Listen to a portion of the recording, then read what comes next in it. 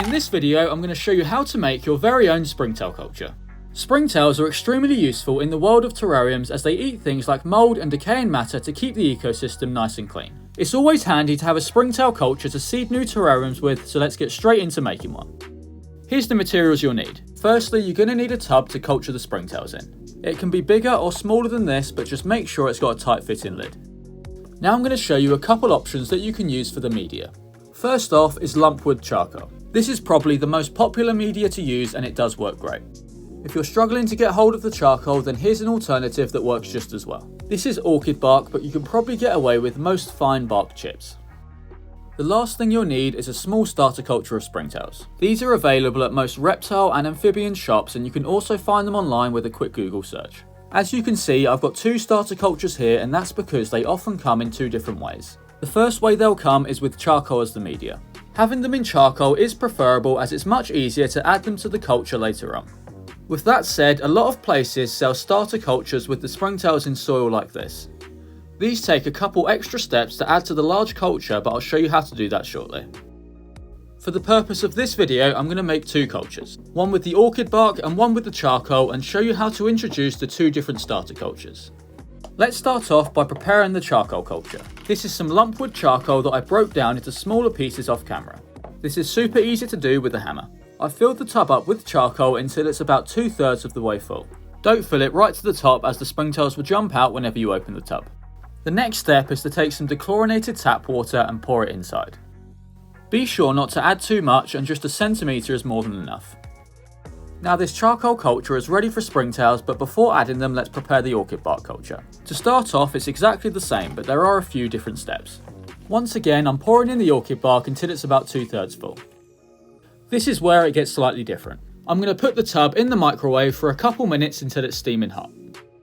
The reason I'm doing this is that the orchid bark can sometimes contain pests such as mites. Microwaving it will sterilise the orchid bark and stop pests from taking over the culture. Now whilst the orchid bark cools down, let's introduce the Springtails into the charcoal culture. The charcoal starter culture is super easy to introduce as you can literally just pour it in. If I wanted to seed both of these cultures with just the one starter, I'd simply pour half in each. Now that's the charcoal culture good to go. I'll show you how to feed it and care for it later, but first let's finish up the orchid bark culture. Now the orchid bark has fully cooled down, it's time to add some water. Instead of pouring water in like I did with the charcoal, I'm going to give it a good spray down. I'm regularly shaking it just to try and get all the orchid bark nice and damp. One very important thing to note is that you don't want any puddling of water at the base. All you want is for the bark to be damp. If you've got puddles, then you've added too much water.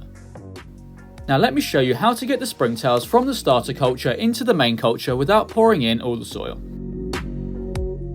What I'm going to do is take a relatively large piece of orchid bark and then place it inside the starter culture.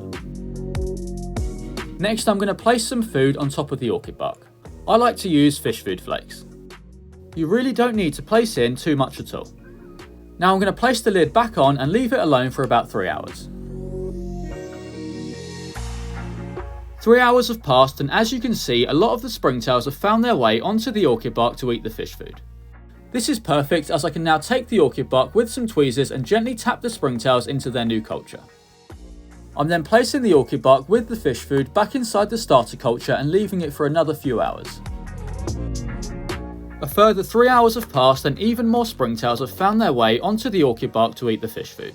Once again, these can be introduced into their new culture. I repeat this same process several times until the majority of the Springtails are gone from the starter culture. Now you're never going to be able to remove every single Springtail from the starter culture, so what I like to do is take the culture and pour it inside one of my ecosystems. These ones here have ended up in my dark frog vivarium. Now that both of the cultures are complete, let's talk about feeding and caring for them. When it comes to feeding, I primarily like to use fish food. It lasts ages as you only have to feed a small amount and the Springtails absolutely love it. It really is as simple as placing a small amount on top of the orchid bark. An alternative food is raw grains of rice. Once again, all you've got to do is place it inside. When it comes to feeding frequency, it's very important that you don't feed again until all the previous food has been eaten. For my cultures, this is typically 2 to 3 days. Another thing you need to do to ensure their success is to open them up every couple days. This only has to be for a few seconds to allow some fresh air to get into the culture.